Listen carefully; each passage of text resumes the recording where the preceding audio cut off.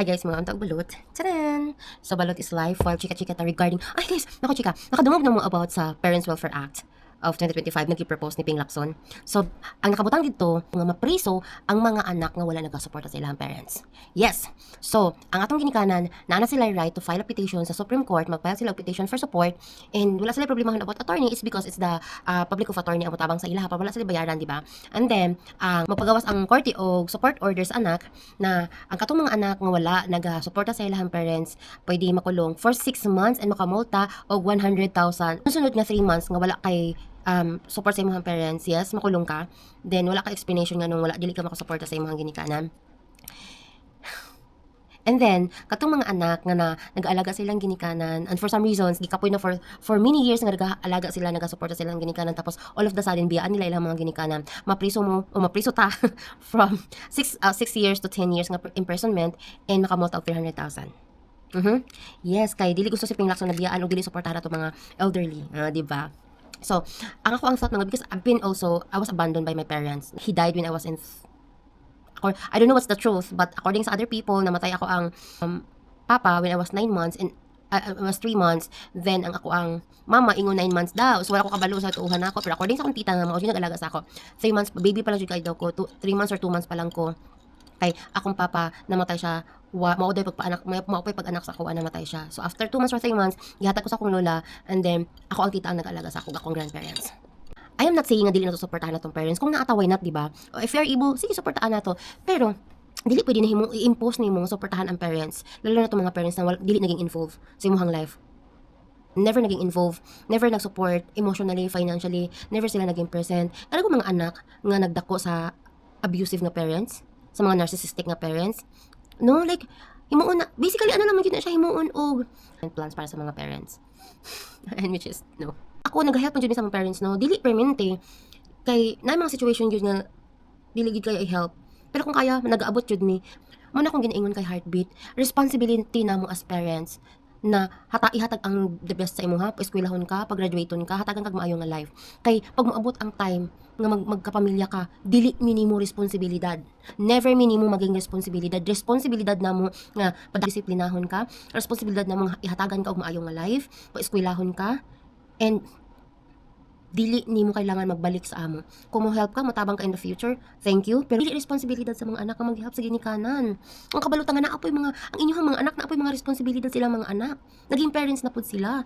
Like, kudo sa mga like palakpakan jud ang mga parents, no, na bisag unsa kalisod ilang life na sila mangita sila paagi para i-help ilang anak, tabangan kita pud ng mga anak nagahelp pud sa atong sarili kabad nakita namong sitwasyon sa akong ginikanan nga dili sila able, so maningkamot jud ko nga makaeskwela ko, makatapos ko, makakita ko trabaho nga taron. Pero kanang mga parents mga abusive, mga parents na giabandon ta, so pag matigulang sila, okay lang maging abusive parents ta, it's because pag matigulang ta, wala man sila choice kundi alagaan o suportahan ta, it's because kung dili mapriso sila. Kisa may anak kang gusto mapriso, kung kabalupod ka na imong, kung ikaw pud nga anak na kay napod kay pamilya na gina-raise, na kay mga anak kinabuhi. Tapos sige magpahianak na po ba nga, sige magpahianak ta kay pag matigulang ta daghan tag mga anak mo suporta sa ato. Hala magpahianak na lang ko, bahalag dili na ko kaya nga buhion akong anak kay pagkatigulang na ako. Hayahay na ko na mga nagasuporta sa ako. Kay kung dili mapriso sila, like for sure ka na ang magiging mentality sa ubang tao pag nakabalo sila about ani nga proposed bill, daghan nag-agree ani. Now, siguro itong mga anak nga nagpahianak ibilin sa mama tapos walay responsibilidad na gyud ako na nga even pag help silang parents nga ay tabangan ako akong parents because sila ang nag-raise akong anak. Ako din nagpahiyahay ko na ko lain pamilya. Pero kumusta tong mga bata nagibilin nimo sa imong ginikanan? Diba? Like nagpahianak ta para asa? Para himuong retirement plans para sa mga parents. Na kanan namo mga parents pud no nga bisag unsa nila paningkamot wala gyud. Like wala gyud sila ikahatag. So kita na lang pud ng mga anak ang mohatag og kanang ano sa ilaha ba, mag inspiration na sige lang bahalag wala tay inani na naman kamot lang kuma ana. Pero kanang mga parents nalisod na gani pero wala may ginabuhat nga anything na nak di gyud na mo kaya na wala gyud may mabuhat ingin ana. Masabtan man gud na sa mga ano no. Masabtan man gud na sa mga anak. Ang dili lang ako masabtan is ngano. Ano kailangan himo na to? Anong i-impose na to ang pag-help sa mga people? And besides, diba? Ang sa ginabuhat sa government, diba ang mga senior citizen naman na sila yung mga benefits? So, dili na to yes, tama man, dili na to iasa tanan sa government. Pero, one thing is for sure, ang mga anak mo help yun na silang ginikanan, bisag unsa pa nakalisod. Bisag i-abandon pa na sila sa unang kabataan-una nila o sa ilang kabataan pa, i-abandon na sila. For sure, na may heart ang mga anak to help. Pero dili nimo sila mapugos na every month nag-help. Well, kato mga able mag-help every month, good for you. But how about sa other other na mga anak nga dili nila kaya mag-support. Kaya ako, to be honest, halang. Halang.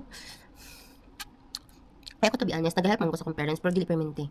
As because daghan kay mi og kailangan bayaran. So mapreso na ako ana pag mapasa na sa akong reso nga bill, di ba? Hay nako. Giabandon ko sa akong mama when I was a baby. Naging present siya sa akong life when I was 7 years old. And I have no memory of her teaching me how to write, how to read. I learned that from my uncle. I learned that from my teachers. O sariling paningkamot na makabasa, makasulat. Yes, naigibuhat akong ginikanan. Nagtrabaho siya away from our home. It's because nakoy mga manghod, nakoy mga igsoon nga gagmay. When I was in high school, ako ang stepfather. Grabe gid akong heart for my stepfather. Makaingon jud ko nga bisan dili ko na tinud nga anak. Well, makaingon ko nga nagtrabaho man si mama, in nag-college ko, na bisag piso wala sila support. Understandable nga wala sila money to help me, wala sila ways to send me to school. So mo nang ako ang itaog way para maka-eskwela ko, makatapos ko. And daghan lang kong mga hinanakit nga na naipos ako ang heart. Like, dili lang is because wala ko nila na pa-eskwela. Dili na mo. Sa ako, okay, given nga wala mo yung mahatag sa ako. Ako na ning kamot para ma-eskwela ko. God knows, unsa na ako gusto help. Pero, how about atong mga anak? Unsa kay mga igiisip sa mga anak no, na kanang gikan sa abusive nga family, gi-abandon silang parents. And then pag mapasa ni nga proposed bill kay kanang they are obliged to support their parents after everything na ilahang naagyan sa ilahang parents, no? Kumusta kaya sila? Kumusta kaya ilahang mental health, no? Gigibiyaan, gi-abuse, gi-rape, gi-abandon. And then, pag matigulang ilang parents, kailangan nila suportahan. Kaya kung dili mapriso sila. Ay, hard. But, for me, help na lang. May parents man nato sila. Then, marag, always, mo na no, makulong ta sa idea, o makulong ta sa kanang, ano ba na, wala ka sa kalibutan kung wala sila.